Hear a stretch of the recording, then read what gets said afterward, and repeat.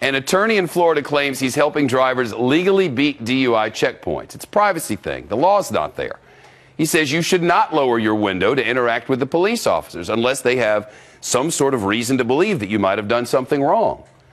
Instead, he says you should attach a bag to the window, a bag holding your license, registration, and insurance, along with a card that reads, "I remain silent, no searches, I want my lawyer."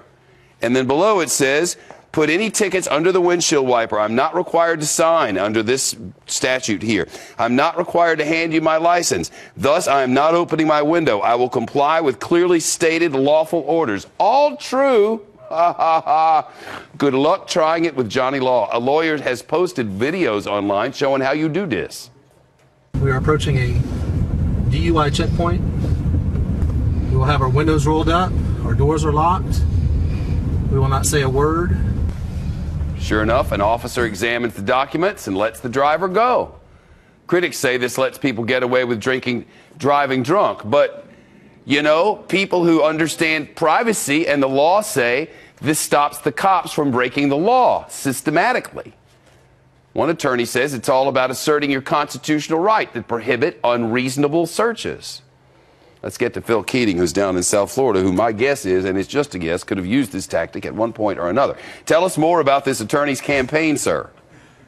Always in a cab, Shep. But Good. Warren Redlich, the anti-checkpoint activist, he is not only a defense attorney and a former libertarian candidate for governor in the state of New York, he also finds that checkpoints as a rule are just inherently un-American and unconstitutional. But he says if you drive into one, all you got to do is put his flyer right up against the window. He says he has actually done this successfully 8 times. He and his friends all over the state of Florida, every single time, they say, same result. The cop reads the sign, confers with each other, then just waves them right out of their way.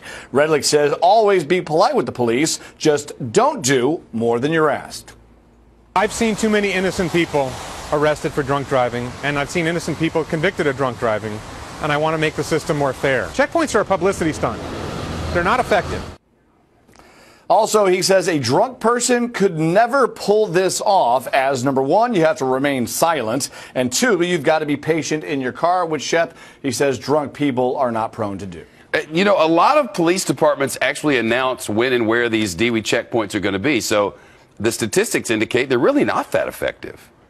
They do forewarn the public. Clearly not all the public pays attention to those warnings, but they also randomize these checkpoints, maybe pulling over every 4th or 5th car, things like that. And studies on the effects of these checkpoints vary. Some say they reduce drunk driving accidents by as little as 9%. Others put it more like 20%. 10,000 people last year, though, did die in drunk driving accidents, per the feds. And that is why Mothers Against Drunk Driving, which supports checkpoints, stands firm. The fact is that driving is a privilege and it's not a right. No more victims.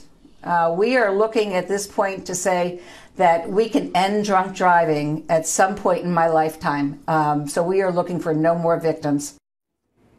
And Redlich has now tailored his flyer for about a dozen states. Shep? It's interesting because one thing that DUI checkpoints definitely are is a cash cow for the cop shop. That is true. That is Although true. they don't have that many arrests, really. Yeah. Take a cab. See you, PK. Thank you.